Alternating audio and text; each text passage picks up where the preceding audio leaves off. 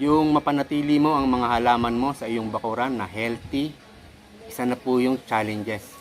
Kaya naman marami sa atin nag-i-experiment ng fertilizer, yung makikita lang sa bakuran, sa loob ng bahay, especially sa kitchen. May mga gumagamit ng compost, sa bakuran lang po matatagpuan yan. At sa mga kitchen waste, like eggshell, ginagamit din po yun, matagal na. So this time po, ang Ajinomoto, ito po yung magiging topic natin for this video. Magandang araw ka-hardin, I'm June and welcome to June's Home Gardening. Sa mga bagong viewers po, kung hindi ka pa nagsusubscribe, please do subscribe. It means a lot to me. So ka-hardin, let's begin. Ang MSG, also known as monosodium glutamate, ito po ay isang growth promotant din at nag-i-boost ng inyong ornamental flower plants. Pwede rin po ito sa namumungang mga vegetable, at kung namumulaklak na po ang inyong halaman, pwede nyo pong i-apply ito. At ito po ay nasubukan na. Pero dati po hindi ko po ito pinapansin eh. Una ko itong nakita sa Google. And then nakapanood na rin ako ng mga video sa YouTube. Ito po ay marami nang gumawa nito. Marami nang gumawang video. At marami na rin sumubok. Pero until one day, nakita ko ulit siya sa Google. And then sabi ko, bakit hindi ko kaya subukan? Sinubukan ko siya. And then, naging maganda ang result after 4 days. Ipapakita ko sa inyo. Kukwento ko lang. Ito po yung aking okra. Dito ko po in-apply yung MSG Ajinomoto. Ang ginawa ko, sumalok po ako ng kalahating tabo. And then, kumurot ako ng 2 kurot lang ng Ajinomoto. And then, in-apply ko rito. Ito po, magkakasinlaki lang sila yan eh. And then, after 4 days, nakita ko, mas malaki na ito kesa dito. So, napatunayan ko sa sarili ko, aba, effective pala talaga ito as growth promotant.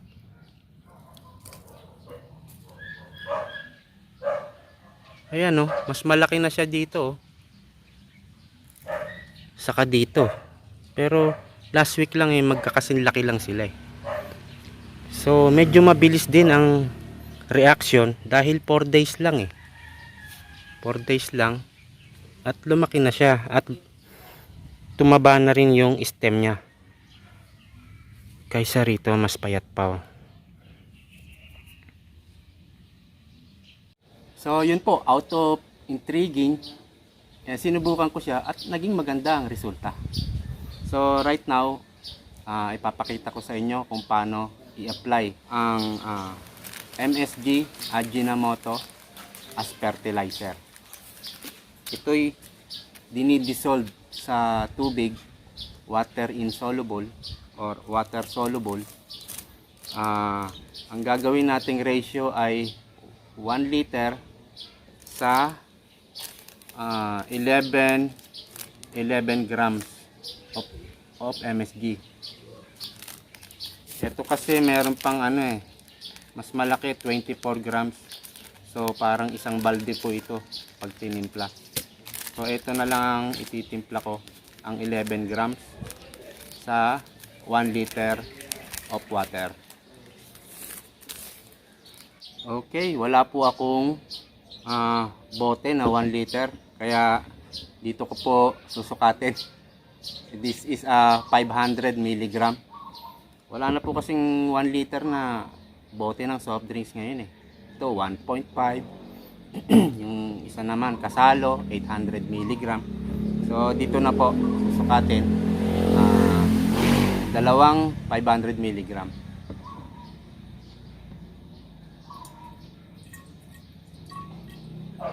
Hindi ko masyadong pupunuin ito kasi di ba pag binili natin to hindi naman punong-puno. So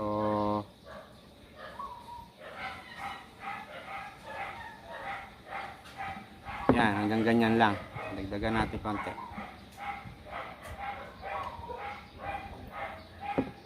Yan. And then sasalin ko rito sa 1.5.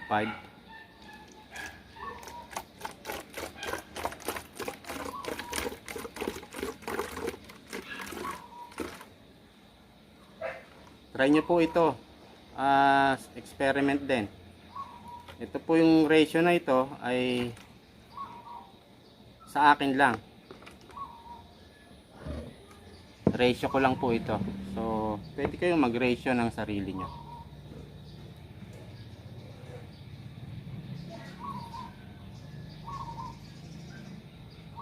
So, isa pa. Kasi 500 mg lang ito. So, dalawang 500 mg.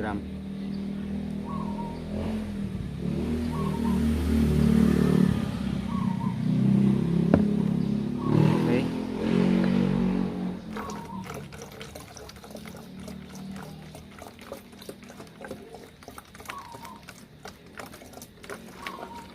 Oops.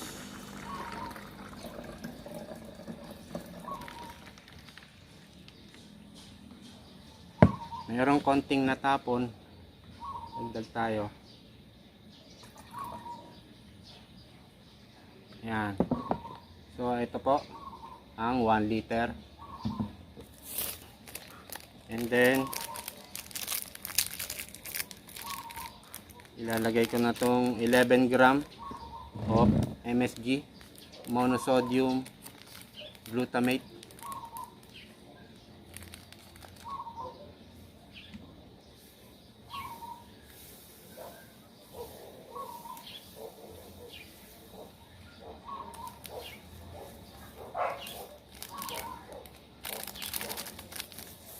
Oops. Meron pang konti. There you go. Kailangan lang po nating tunawin ng gusto. So, aalog-alogin natin.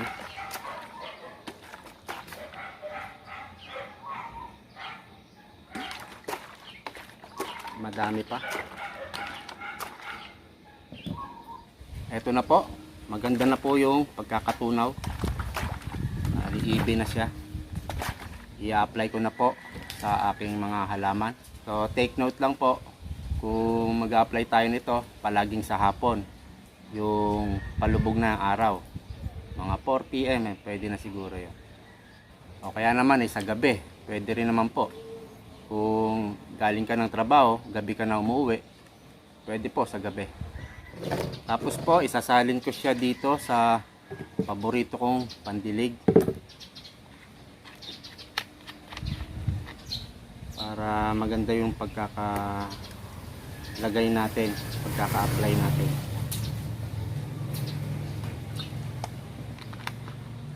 Konti lang muna. According to my research, ito po pwede nyong spray at pwede rin naman idilig sa lupa. Pero susubukan ko lang po muna sa lupa. Hindi ko po i-spray.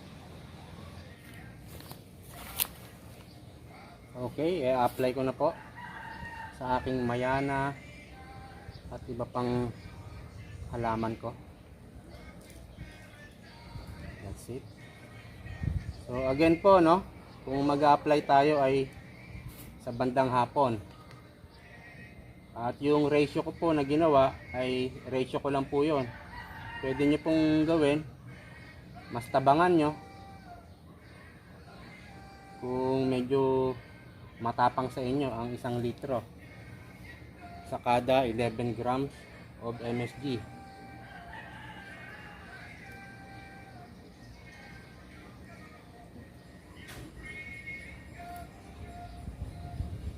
Pag na-cover na po yung inyong lupa, okay na po yung ganong karami.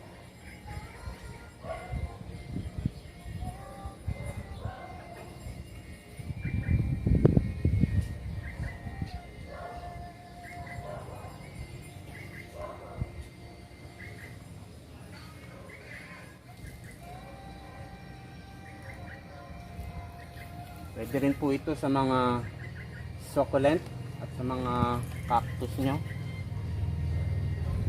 sa mga namumulaklak nyong halaman.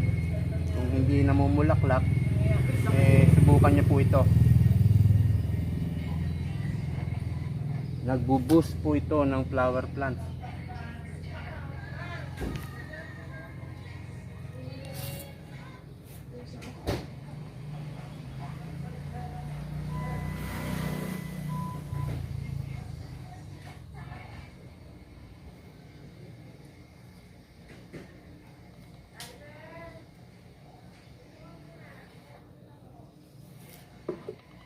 That's it, kahardin.